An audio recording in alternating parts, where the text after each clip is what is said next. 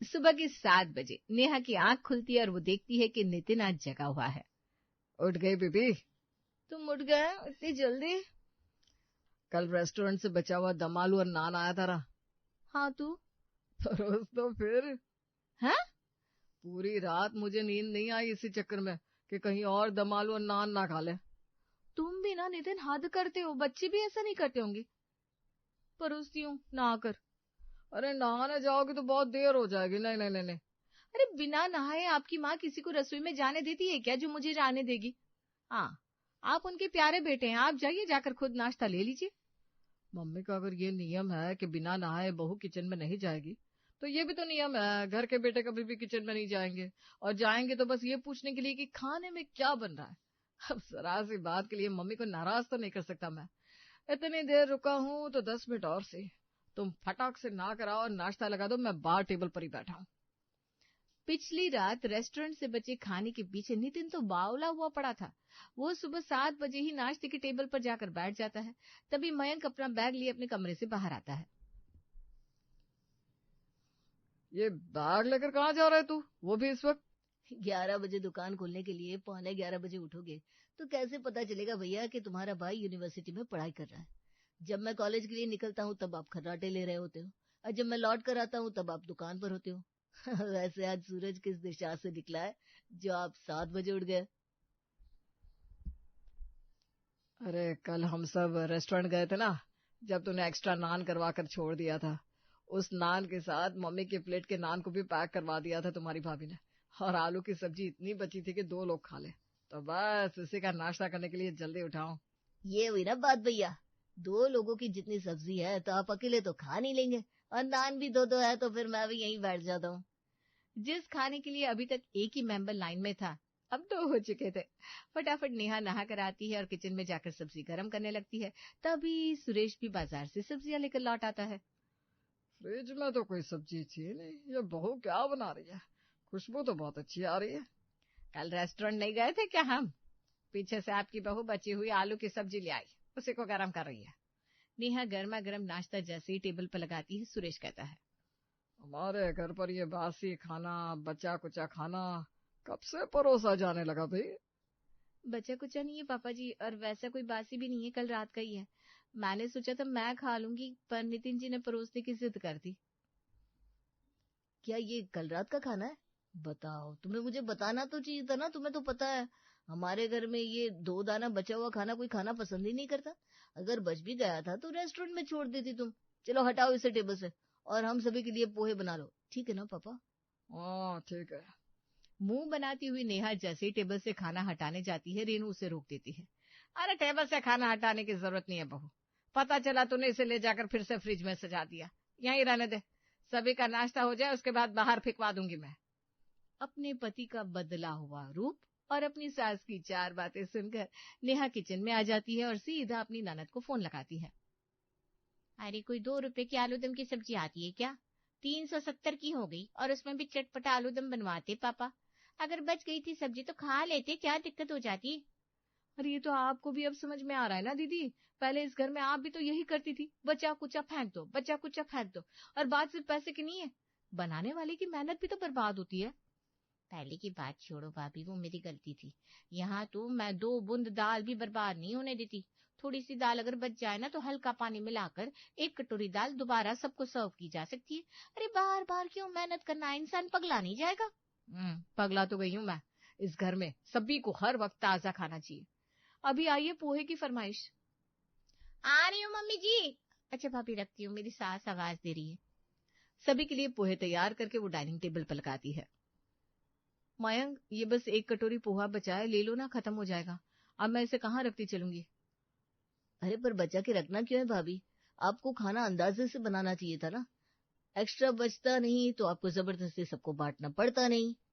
इतने अंदाज से खाना नहीं बनता मयंक, कोई मजाक है क्या? तुम्हारा ध्यान ना फोन पर रहेगा बहू, तो अंदाज नहीं लगेगा। और बन भी गया नाश्ता ज्यादा तो अब जबरदस्ती मेरे बेटे को खिलाकर उसकी तबीयत बिगाड़ दोगी क्या? 1 कटोरी भर तो पोहा है, फेंक दो बाहर। कितने जानवर घूमते हैं, कोई भी मुंह मार लेगा। ठीक है मम्मी जी, हटा देती हूँ। और दोपहर में रोटी सब्जी बनानी है ना, क्योंकि पापा जी को शुगर है तो चावल तो। अरे हाँ बहू, तुझे पता है ना, चावल अगर बन गया तो ये बिना चावल के रह नहीं पाएंगे, इसलिए चावल तो बनना ही नहीं चाहिए। तो सब्जी और रोटी, आलू परवल की सब्जी और एक बैंगन का भरता बना दूं, और सलाद तो रहेगा। कल बाहर खा कर आ गया ना तो जरा पेट साफ नहीं हुआ मेरे लिए, तो दाल बना देना बहू, बस 1 कटोरी। बस 1 कटोरी ना? आपके लिए भी बनानी है क्या दाल मम्मी जी? क्योंकि मैं तो नहीं पीऊंगी दाल। मैं दाल पसंद ही कितना करती हूँ बेटा, मुझे तो दाल मेरे मायके की पसंद थी। वैसे तो तू बना नहीं पाएगी, तो मेरी छोड़, बाकी अपने पति और देवर से पूछ ले। अरे चावल नहीं बनते यहाँ तो दाल क्या सर पर मारूंगा, मुझे नहीं चाहिए दाल। मैं तो कैंटीन में खाकर आऊंगा भाभी, मेरे लिए तो कुछ बनाना ही मत। तो इस तरह नाश्ते के टेबल पर दोपहर के खाने का मेनू डिसाइड हो जाता है, और उसी हिसाब से आलू परवल की सब्जी, 1 कटोरी दाल, बैंगन का भरता और रोटी नेहा तैयार कर लेती है। 1 कटोरी दाल बोला था पापा जी ने, 1 कटोरी दाल ही बनाई है ना, 1 बूंद कम ना 1 बूंद ज्यादा। रोटियां भी सबकी गिन के बनाई है आज। जब इन्हें ही सब कुछ हिसाब से चाहिए तो मैं एक्स्ट्रा काम क्यों करूं? आज 1 रोटी भी वेस्ट नहीं होने दूंगी मैं। जब भूख ज्यादा लगी हो और गिन कर रोटियां मिले तब अपने आप समझ में आ जाएगा सबको। और दोपहर में नाप तोल कर बनाया हुआ खाना नेहा डाइनिंग टेबल पर सभी के लिए परोसती है। आज तो तड़के की खुशबू पूरे घर को महका रही है।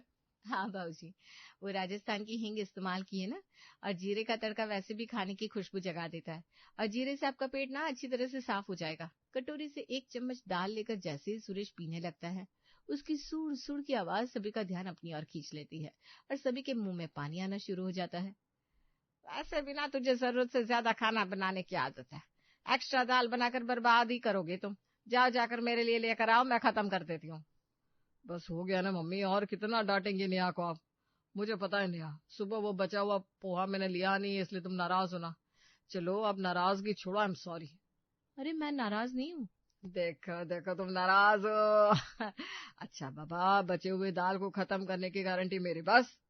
फिक्र मत कीजिए, 1 कटोरी दाल ही बनाई थी मैंने मम्मी जी, पापा जी के अलावा सभी ने दाल लेने से मना कर दिया था ना।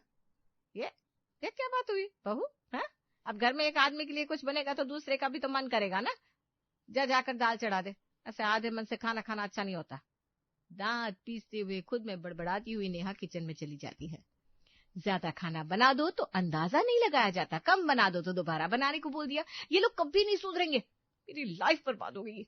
शॉपिंग पर जाना था 4 बजे, अब मैं 4 बजे तक दाल ही बनाती रहूंगी तो शॉपिंग पर कब जाऊंगी? किसी ने सही कहा है, पेट की चक्की ऐसी चक्की है जो कभी बंद ही नहीं हो सकती। फिर से दाल की तैयारी कर उसमें तड़का लगाकर नेहा सभी को परोसती है। तब तक मयंक भी कॉलेज से लौट आता है।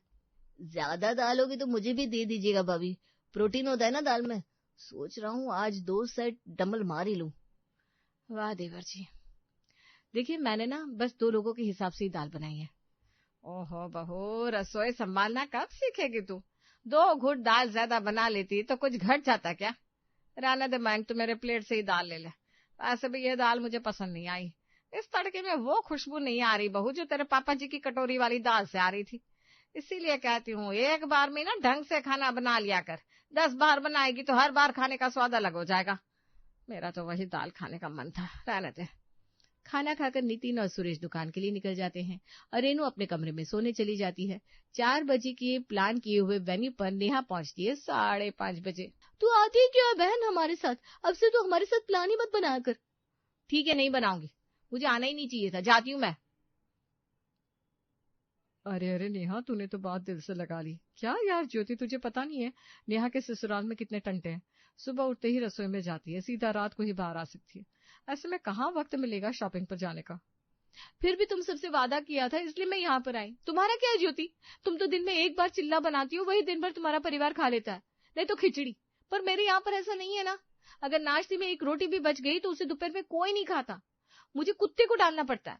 और कुछ दिनों से दाल ने तो ऐसी बैंड बजाई है मेरी, क्या कहूँ। घर में जब सभी के लिए दाल बनाती हूँ तो कोई नहीं छूता, पापा जी तो फिर भी खा लेते। आज मुझे पापा जी ने स्पेशल फरमाइश कर दी तो मैंने उनके लिए दाल बनाई। अरे तो फिर पूरा घर दाल मांगने लगा, दोबारा जाकर दाल तैयार करनी पड़ी, मुझे वक्त तो लगेगा ही ना। अरे सॉरी सॉरी, मुझे पता है तेरे ससुराल वालों की बहुत ड्रामा है, पर तेरी ननद तो शादी के बाद सही हो गई ना। मुझे लगता है तुझे अपनी ननद से बात करनी चाहिए, एक श्रुति है जो तेरी मदद कर सकती है, वरना बाकी सब तो गए गुजरे हैं।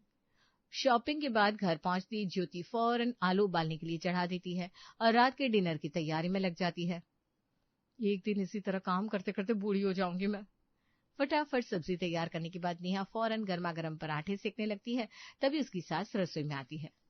यह क्या बहू, सिर्फ सब्जी और पराठे? तो और क्या बनाती मम्मी जी? तेरे पापा जी ने फोन किया था, उनके लिए कटोरी दाल निकाल देना। ज्यादा गाढ़ा मत करना, बस ऊपर ऊपर का पानी। इसके पहले कि नेहा कुछ कर पाती, रेनू पहले ही फ्रिज खोलकर फ्रिज में रखी हुई जरा सी दाल देख लेती है और उसे वॉश बेसिन में डाल देती है। ये लोग गई भैंस पानी में। एक तो बीच में आकर फरमाइश करती है मम्मी जी, उसमें भी अगर शॉर्टकट मार लो तो उसका कोई रास्ता नहीं छोड़ती। सोचा फ्रिज में रखी दाल में पानी मिलाकर एक कटोरी दाल बना दूंगी, पर मम्मी जी तो वो कसर भी नहीं छोड़ती। अपनी आंखों के सामने हो रहे वेस्टेज और अपनी रोज रोज की मेहनत से परेशान होकर नेहा डिनर के बाद श्रुति को कॉल करती है। मुझे नहीं पता दीदी, आप अपने ससुराल को बाद में संभाल लीजिएगा। आप अगर मुझ पर और प्रेशर डाला गया ना तो देख लीजिएगा आपका भाई अकेला रह जाएगा। ये मम्मी भी ना समझना ही नहीं चाहती। अच्छा ठीक है, मैं आती हूँ, फिक्र मत कीजिए। अगली सुबह रोते हुए अपना बैग उठाए श्रुति अपने मायके पहुंचती है। अरे बेटा, ये क्या हाल बना लिया है तूने अपना? क्या हुआ? और दामाद जी कहाँ है? तुम्हारे दामाद जी को छोड़कर आई हूँ मम्मी। वो ऐसा आदमी है जो मेरे सपोर्ट में एक लफ्ज नहीं बोलता। नौकरानी बनाकर रख दिया है मेरे ससुराल वालों ने मुझे। जीजू जानते नहीं है मैं कौन हूँ। शांत हूँ तो शांत हूँ, पर अगर मेरी बहन पर बात आ गई तो मैं छोड़ूंगा नहीं किसी को। मैं भूल जाऊंगा कि मैं साला हूँ और वो जीजा। अरे ऐसे गहमा गहमे से बात सॉर्ट आउट नहीं होती। परिवार की बात है, मैटर समझने दे मुझे, फिर मैं जाकर समधन जी से खुद बात करूंगी। क्या हुआ है श्रुति, तू बता। भाभी आप पहले पानी पिलाएं मुझे, और कुछ हो तो खिला भी दीजिएगा, वहां तो खाना भी नसीब नहीं हो पाता मुझे। नेहा फौरन अपनी ननद के लिए गर्मा गर्म नाश्ता तैयार करके लाती है। ये क्या हरकत है बहू, तब से तेरी ननद बैठी है, इतना वक्त लगता है क्या खाना बनाने में? हाँ भाभी, बेकार में इतनी मेहनत की आपने, बचा हुआ खाना ही ले आती। ये क्या कह रही हैं आप दीदी? बचा हुआ खाना हमारे घर पर कहाँ से आएगा? मैं तो हमेशा ताजा खाना ही बनाती हूँ। क्या? क्यों भाभी? आप ये सब छोड़ो दीदी, पहले ये बताओ हुआ क्या है? सुबह उठते ही किचन में जाती हूँ, फिर सीधा रात में बाहर आ पाती हूँ। इतनी हड़बड़ाहट में रहती हूँ, कभी कंघी का नाम भूल जाती हूँ, कभी तवे से लगकर हाथ की उंगलियां भी जल जाती है। ऐसे में मेरी सास कहती है बच्चा प्लान कर लो, बच्चा प्लान करो। अरे भाई, जिसे खुद का होश नहीं रहता वो बच्चे पर क्या ध्यान देगी? तेरे घर में तो गिनती के 4 लोग हैं बेटा, उसमें इतना काम कैसे करवा लेती है तेरी सास तुझसे? तेरे घर पर तो साफ सफाई के लिए नौकर भी थे, हटा दिया क्या? अरे मम्मी, पूरा दिन रसोई में चला जाता है, बाहर के काम का तो छोड़ दो तुम। जैसे अभी भाभी सब्जी और पराठे बनाकर लाई ना, तो ज्यादा सब्जी बना सकती है ताकि उसे दोपहर में इस्तेमाल कर लिया जाए, तो मुझ पर ज्यादा प्रेशर नहीं रहेगा। पर मेरे यहाँ ये चलता नहीं। मेरी सास को चाहिए दोपहर में भी फ्रेश खाना बनाओ, रात में भी फ्रेश खाना बनाओ। सुबह सभी को जल्दी नाश्ता चाहिए तो सारी तैयारियां करनी पड़ती है, इसलिए बुखार हो या सर दर्द, मुझे जल्दी उठकर सभी के लिए नाश्ता फ्रेश तैयार करना ही होगा। अगर सभी रात के ही पराठे खा लेते तो 2 घंटे और मैं नहीं सो पाती क्या मम्मी? आपकी परेशानी कहीं सुनी हुई लगती है दीदी। ऐसा लगता है जैसे मैंने ऐसा कुछ बहुत करीब से महसूस किया है। बहुत गलत हो रहा है तेरे साथ बेटा। कोई मशीन है तू जो दिन भर उनके लिए फ्रेश खाना बनाती रहेगी? बहू के आने के पहले तक तेरी माँ भी ना सुबह सुबह ही पूरे दिन की सब्जियां काट कर आटा गूंथ के रख देती थी। अरे भाई, अकेला आदमी कितना ही काम करेगा। निकल ही गई सच्चाई जुबान से। जिस तरह आप लोगों ने मुझसे गर्मा गर्म नया नया खाना बनवाया है, अब बस उस तरह आप लोग ही मुझे इस काम से छुट्टी देंगे। देखते जाइए पापा जी। रो धोकर श्रुति सोने के लिए जाती है। श्रुति की ऐसी हालत देखकर आज ना ही नितिन ना ही सुरेश दुकान पर जाते हैं। पिछले 3 घंटे से सो रही है बेटा, तबीयत तो ठीक है ना तेरी? रात को नींद 3 घंटे से ऊपर होने कहाँ देते मेरे ससुराल वाले मम्मी, तो यही मौका मिला तो पीठ सीधी कर ली। अपने मायके कहाँ आ पाती हूँ मैं? भाभी तो फिर भी अपने मायके चली जाती होगी, क्यों भाभी? 2.5 साल की शादी में अभी तक सिर्फ 2 बार गई हूँ मम्मी की यहाँ, वो भी 1.5 दिन के लिए, क्योंकि यहाँ सारा खाना गर्मा गर्म फ्रेश बनाकर रखना पड़ता है ना मुझे सबके लिए। चलिए, ये बातें तो होती रहेंगी, मैं दोपहर के खाने की तैयारी कर देती हूँ। आपके लिए दाल बनानी है ना? नेहा दोपहर के खाने की तैयारी कर रही थी, तभी श्रुति किचन में जाती है और पिछली रात के बचे 2 घुट दाल में ही पानी मिलाकर छौंका लगाकर अपने पापा के लिए 1 कटोरी दाल तैयार कर देती है। मैं अगर फंस गई दीदी तो? अरे वो तो अभी पता चल ही जाएगा खाने की टेबल पर। आजकल दाल तो अच्छे से ही बना रही हो बहू, और ये तो आज बहुत स्वाद बनी है। स्वाद इसलिए लग रहा है पापा क्योंकि आज घर में अनाज की बर्बादी नहीं हुई। यहाँ लोगों को खाना नसीब नहीं हो रहा। सड़क के किनारे कई लोग भूख से मर रहे हैं और हमारे घर में अनाज की ऐसी वेस्टेज होती है। रोटी बच गई तो फेंक दो, दाल बच गई फेंक दो, फिर फ्रिज हमने रखा ही क्यों है? इस तरह ही आप लोगों की जिद चलती रही तो पता चला जिस तरह मैं अपना ससुराल छोड़कर यहाँ आई हूँ ना, कल को भाभी भी अपने मायके जाकर बैठ गई। और मैं यही करने वाली थी मम्मी जी, मुझे रोकने के लिए ही दीदी यहाँ आई है। बस ये दाल ताजा नहीं है पापा जी, पिछली रात की बची 2 घुट दाल को ही पानी मिलाकर दीदी ने छौंका लगा दिया। वैसे भी आप दाल का पानी ही पीते हैं, पर आपको पता नहीं चला। पर अगर 1 बूंद भी बची दाल मम्मी जी ने देख ली तो उन्हें शक हो जाता और फिर आपको दाल में वो स्वाद नहीं आता। यानी कि प्रॉब्लम बचे खाने में नहीं, आपकी सोच में है। श्रुति और नेहा के इस ड्रामा से सभी को समझ में आ जाता है कि वो क्या गलती कर रहे थे, और उस दिन के बाद कोई भी नेहा को हर वक्त फ्रेश खाना बनाने के लिए नहीं बोलता और नेहा का काम कम हो जाता है।